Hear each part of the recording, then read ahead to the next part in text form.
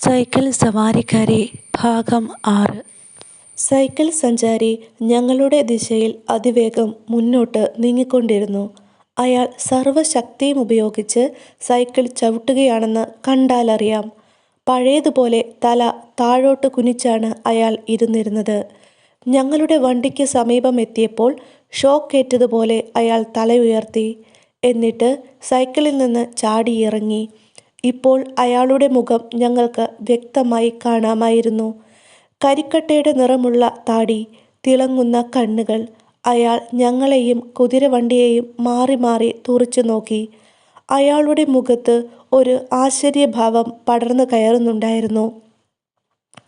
"ഏയ്, വണ്ടി അവിടെ നിർത്തണം!" സൈക്കിൾ റോഡിന് കുറുകെ നിർത്തിക്കൊണ്ട് അയാൾ ഉച്ചത്തിൽ അലറി. "മര്യാദയ്ക്ക് വണ്ടി നിർത്തടോ! നിങ്ങൾക്കെവിടെ നിന്നാണ് ഈ വണ്ടി കിട്ടിയത്?" പോക്കറ്റിൽ നിന്ന് ഒരു കൈത്തോക്കെടുത്ത് ഞങ്ങളുടെ നേരെ നീട്ടിക്കൊണ്ട് അയാൾ അട്ടഹസിച്ചു. "ഇനി ഒരടി മുന്നോട്ട് നീങ്ങിയാൽ കുതിരയുടെ മണ്ടയിൽ ഞാൻ വെടിവെക്കും." ഹോംസ് കുതിരയുടെ ജീനി എൻ്റെ മടിയിലേക്കിട്ട ശേഷം വണ്ടിയിൽ നിന്ന് ചാടിയിറങ്ങി. അദ്ദേഹം ദൃഢവും സ്പഷ്ടവുമായ ശബ്ദത്തിൽ പറഞ്ഞു, "നിങ്ങളെ തന്നെയാണ് ഞാൻ അന്വേഷിക്കുന്നത്. മിസ് വയലറ്റ് സ്മിത്ത് എവിടെ?" "അത് തന്നെയാണ് ഞാൻ നിങ്ങളോട് ചോദിച്ചത്. അവർ കയറിയിരുന്ന വണ്ടിയിലാണ് നിങ്ങളിരിക്കുന്നത്. അപ്പോൾ അവർ എവിടെയാണെന്ന് നിങ്ങൾക്കറിയാമെന്ന് ഉറപ്പാണ്." "ഈ വണ്ടി വഴിയിൽ വച്ചാണ് ഞങ്ങൾ കാണാനിടയായത്. അന്നേരത്ത് അതിൽ ആരുമുണ്ടായിരുന്നില്ല. ഞങ്ങൾ വയലറ്റ് സ്മിത്തിനെ സഹായിക്കാനുള്ള പരിശ്രമത്തിലാണ്." "ഈശ്വരാ, ഇനി ഞാൻ എന്തു ചെയ്യും?" ആ അജ്ഞാതനായ സൈക്കിൾ സഞ്ചാരി തികച്ചും പരിഭ്രാന്തനായി തീർന്നു. "അവർ അവളെ തട്ടിയെടുത്തു കഴിഞ്ഞു. ആ പരമദുഷ്ടൻ വുഡ്ലെയും ആ കറുപ്പ് വേഷക്കാരനുമാണ് ഇതിന് പിന്നിൽ." "നിങ്ങൾ സത്യത്തിൽ വയലറ്റിൻ്റെ സുഹൃത്തുക്കൾ തന്നെയാണോ? എങ്കിൽ ദയവായി എൻ്റെ പുറകെ വരൂ. വേഗം വേഗം! ഞാൻ മരിച്ചു വീണാലും വേണ്ടിയില്ല. നമുക്കവളെ രക്ഷിക്കണം. എൻ്റെ പുറകെ വരൂ!" അയാൾ ഒരു ഭ്രാന്തനെപ്പോലെ പിറുപിറുത്തുകൊണ്ട് മതിൽക്കെട്ടിലുള്ള ഒരു വിടവിലൂടെ അകത്തേക്കോടി. അയാളുടെ കയ്യിൽ ചൂണ്ടിപ്പിടിച്ച കൈത്തോക്കുണ്ടായിരുന്നു. ഹോംസ് അയാളെ പിന്തുടർന്നു. കുതിരയെ റോഡിൽ മേയാൻ വിട്ടുകൊണ്ട് ഞാനും അവരുടെ പുറകെ നീങ്ങി. "ഇതിലെയാണ് അവർ കടന്നു പോയിട്ടുള്ളത്." അജ്ഞാതൻ മണ്ണിൽ പതിഞ്ഞു കിടക്കുന്ന നിരവധി കാൽപ്പാടുകൾക്ക് നേരെ വിരൽ ചൂണ്ടി. പെട്ടെന്ന് ഹോംസിന് നേരെ തിരിഞ്ഞ് അയാൾ പതിഞ്ഞ സ്വരത്തിൽ പറഞ്ഞു, "ഷ്, ഒരു മിനിറ്റ് നിൽക്കൂ. ഈ പൊന്തയ്ക്ക് പിറകിൽ ആരെന്ന് നോക്കാം." ഞങ്ങൾ പൊന്തപ്പടർപ്പിന് പിറകിലേക്ക് എത്തി നോക്കി.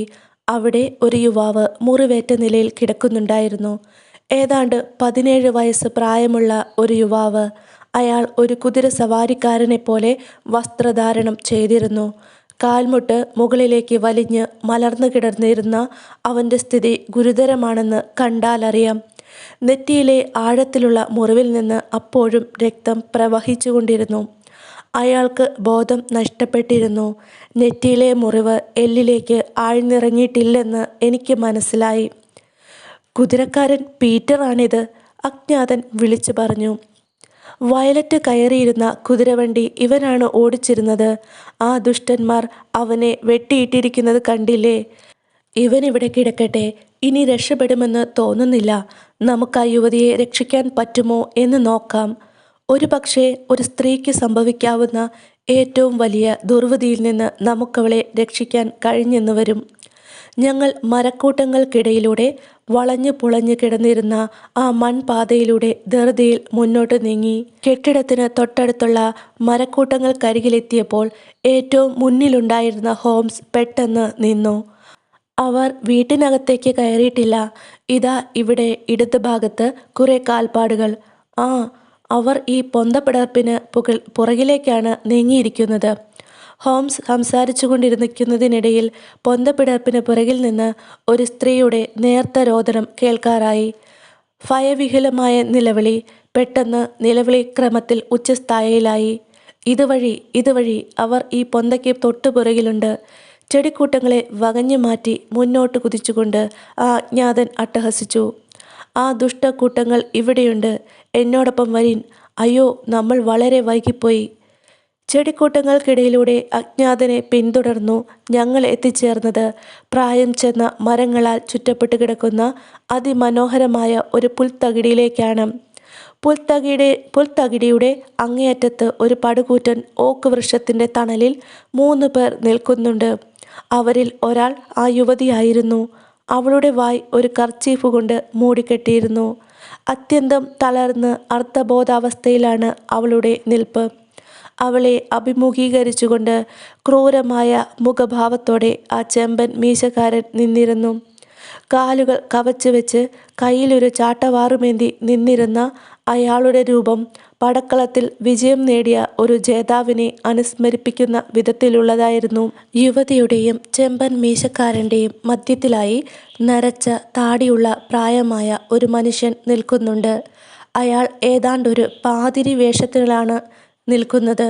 ഞങ്ങൾ കടന്നു ചെല്ലുന്ന സമയത്ത് പാതിരി വേഷക്കാരൻ പ്രാർത്ഥനാ പുസ്തകം മടക്കി പോക്കറ്റിലിട്ട് ചെമ്പൻ മീശക്കാരൻ്റെ മുതുകിൽ തട്ടി അഭിനന്ദിക്കുകയായിരുന്നു. വിവാഹം നടന്നു കഴിഞ്ഞിരിക്കുന്നു, ഞാൻ മുറുമുറുത്തു. മുന്നോട്ട് നീങ്ങുവിൻ, ഞങ്ങളോടൊപ്പമുണ്ടായിരുന്ന അജ്ഞാതനായ മാർഗദർശി ആക്രോശിച്ചു. അയാൾ മുന്നിലേക്ക് കുതിച്ചു. ഹോംസും ഞാനും പിന്തുടർന്നു. ഞങ്ങൾ അടുത്തെത്തിയപ്പോൾ കണ്ടത് പരവശയായ യുവതി ഓക്കുമരത്തിൽ പിടിച്ചു നിൽക്കാൻ പാടുപെടുന്ന കാഴ്ചയാണ്. ഞങ്ങളെ കണ്ടയുടനെ പാതിരി വേഷക്കാരനായ വില്യംസൺ പുച്ഛഭാവത്തിൽ ഞങ്ങളെ സ്വാഗതം ചെയ്തു. ചെമ്പൻ മീശക്കാരനായ വുഡ്ലെയാവട്ടെ അത്യുച്ചത്തിൽ പരിഹാസച്ചിരി മുഴക്കിക്കൊണ്ട് ഞങ്ങളുടെ അടുത്തേക്ക് നീങ്ങി നിന്നു. ബോബ്, ആ കള്ളത്താടി എടുത്തു മാറ്റിയേക്ക്. തന്നെ എനിക്ക് നേരത്തെ മനസ്സിലായി കഴിഞ്ഞു. ആ, നിങ്ങളുമുണ്ടല്ലോ. നിങ്ങൾ കൃത്യസമയത്ത് തന്നെ എത്തിച്ചേർന്നത് നന്നായി. ഞാൻ എൻ്റെ ഭാര്യയെ പരിചയപ്പെടുത്തി തരട്ടെ. ഇതാണ് ശ്രീമതി വുഡ്ലെ.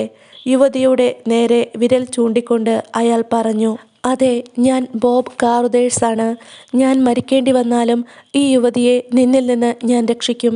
നീ അവളെ അപമാനിച്ചാൽ നിന്നെ എന്തു ചെയ്യുമെന്ന് ഞാൻ പറഞ്ഞിരുന്നില്ലേ? ഈശ്വരനാണേ സത്യം, ഞാൻ എൻ്റെ വാക്ക് പാലിക്കും. പക്ഷേ നിങ്ങൾ വളരെ വൈകിപ്പോയി. ഇവൾ എൻ്റെ ഭാര്യയാണ്. അല്ല, നിന്റെ വിധവയാണ്. ഈ വാചകം പറഞ്ഞവസാനിക്കും മുമ്പ് കാറുതേഴ്സിൻ്റെ കൈത്തോക്ക് വെടിയുണ്ട ഉതിർത്ത് കഴിഞ്ഞിരുന്നു. വുഡ്ലെയുടെ അരയിൽ നിന്ന് രക്തം തെറിച്ചു. അയാൾ ഉച്ചത്തിൽ അലറിക്കൊണ്ട് വട്ടം ചുറ്റി നിലത്ത് വീണു. അയാളുടെ മുഖം വീർത്ത് നീലിച്ചുകൊണ്ടിരുന്നു. പാതിരി വേഷക്കാരൻ ഒരു നിമിഷത്തേക്ക് എന്താണ് സംഭവിച്ചതെന്നറിയാതെ അന്താളിച്ചു നിന്നു. അതിനുശേഷം ഞങ്ങളെ നോക്കി തെറി വർഷം ആരംഭിച്ചു. അയാൾ തൻ്റെ കൈത്തോക്ക് അരയിൽ നിന്നും വലിച്ച് പുറത്തെടുത്തു.